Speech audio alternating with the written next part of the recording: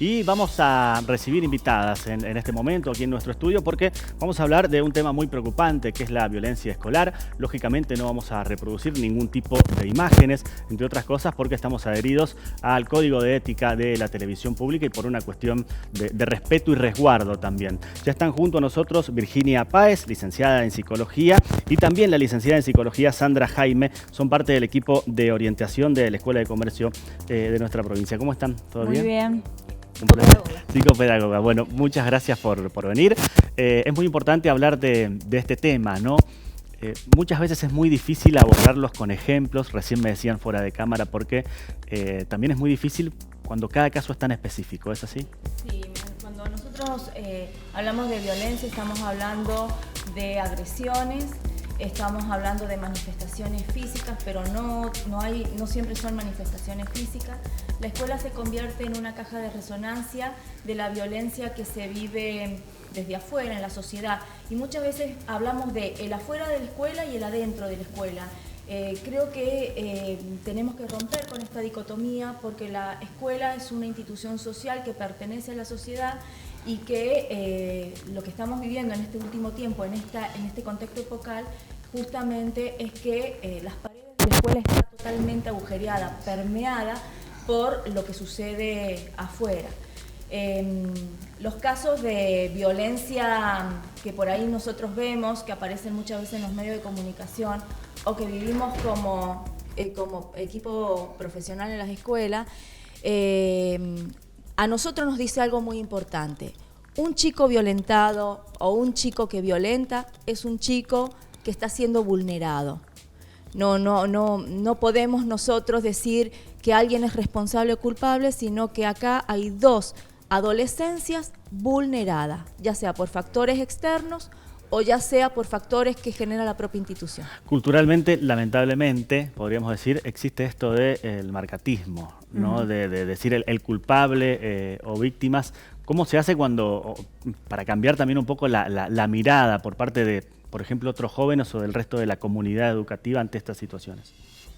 Y es parte de lo que uno hace, ¿sí? O sea, como recién comentaba Sandra, es muy importante trabajar con ambas partes, ¿sí? Con quien recibe violencia y con quien también ejerce violencia, porque justamente dentro de lo que sería la etapa adolescente, que es la etapa que a nosotros nos ocupa, digamos, ellos están aprendiendo nuevas estrategias de afrontamiento, ¿sí? Están aprendiendo a cómo manejar los conflictos. Entonces es necesario acompañarlos a que aprendan estrategias de afrontamiento que sean más saludables, ¿sí?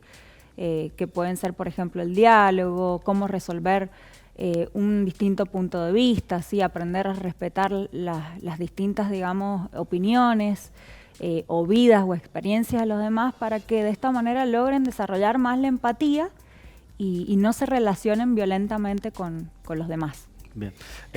Hay que trabajar siempre, o no sé cómo se divide ese trabajo, ¿no? Cuando los hechos están consumados, seguramente hay un abordaje muy fuerte, pero lo preventivo, ¿qué rol juega en todo esto? Qué buena tu pregunta, porque justamente cuando una violencia se desencadena, que nosotros vemos lo que está por afuera, lo que está por afuera es mucho más pequeño que ese mundo interior que está devastado. Cuando nosotros vemos esta situación de violencia desencadenada, llegamos tarde.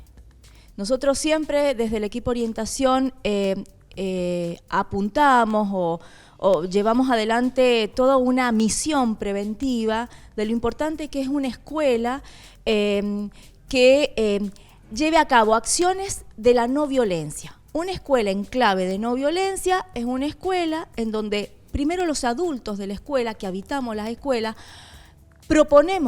hacemos una propuesta vincular. ¿Qué significa esto? ¿Qué cosas voy a generar en el aula para generar un ambiente amigable, un ambiente de diálogo, como dice Virginia, un ambiente en donde los gestos abunden, en donde pueda circular la palabra, en donde se les enseñe a poder enfrentar o hablar de sus problemas, porque muchas veces los chicos en el golpe, en la agresión, son inconscientes de su malestar, son inconscientes de lo que les está pasando, y a los adultos nos toca ponerles palabra a eso que les está pasando, porque ellos no lo advierten. Entonces es muy importante, digamos, institucionalmente comenzar a trabajar. Ya no basta la propuesta individual de un docente. Si queremos realmente chicos que vivan o chicos que aprendan conductas de paz, tenemos que practicarlo en las escuelas, porque los chicos no nacen violentos, son conductas aprendidas. Esa reflexión es muy interesante y quiero hacer hincapié en esto, que los chicos no nacen violentos, más que nada en el trabajo del abordaje, ¿no? Cómo se lleva adelante para que los chicos no adquieran estos hábitos de violencia, por decirlo de alguna forma, que muchas veces son ajenos a la escuela, y después cuando esto pasa hay una instancia, si se quiere, de recuperación, no sé si es la palabra correcta. Sí, en realidad, como decía Sandra, son conductas aprendidas que a veces, bueno, a través de ciertos modelos, la cuestión, digamos, familiar no la podemos abarcar desde la escuela, sí se trabaja con la familia, se trata de trabajar y de incluir a la familia en la escuela para que podamos apoyar la educación que brinda la escuela sobre la educación primaria o primera, que es la que brinda la familia.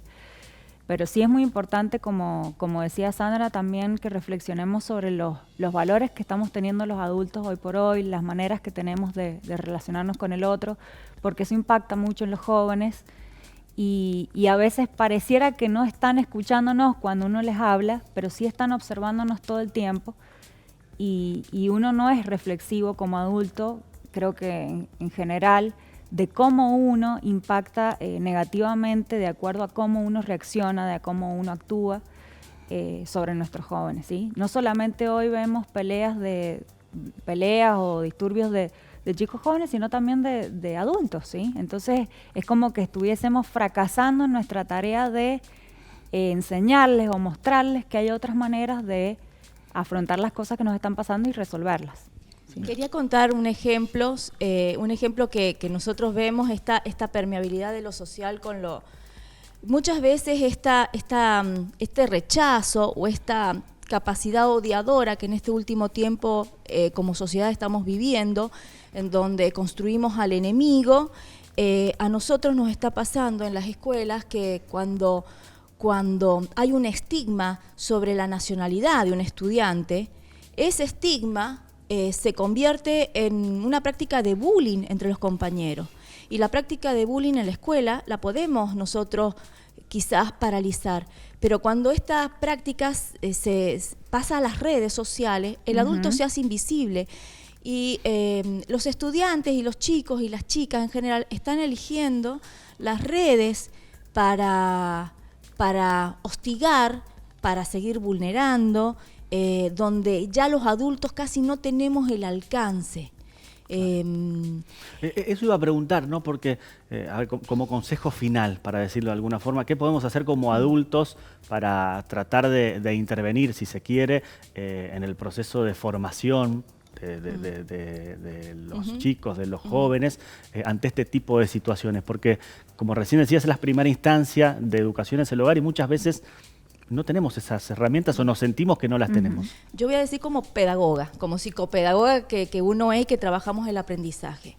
Primero, y porque nuestro lugar de acción, de abordaje es la escuela. El proceso educativo es un proceso de encuentro. Si no entendemos que como docentes, cuando llegamos al aula, llegamos a encontrarnos, estamos reduciendo lo que hacemos en la escuela. Y cuando nosotros nos vamos, digamos, el encuentro implica cosas, hacer cosas. Algo que genera la violencia es no tener resueltas las necesidades psíquicas básicas, que es: quiero ser reconocido, quiero tener pertenencia en mi grupo, quiero ser visibilizado por mi docente, quiero que mi docente me llene, me colme de rasgos positivos, que me haga sentir que existo. Porque si el docente, si los compañeros no hacemos que el otro tenga sensaciones de existencia, la existencia la van a mostrar de otra manera. Muy bien. No, está bien. Virginia, Parece Sandra, muy un bien. placer. Muchas gracias por venir. Gracias. Hasta Gracias un a próximo ustedes. encuentro. Hasta la próxima.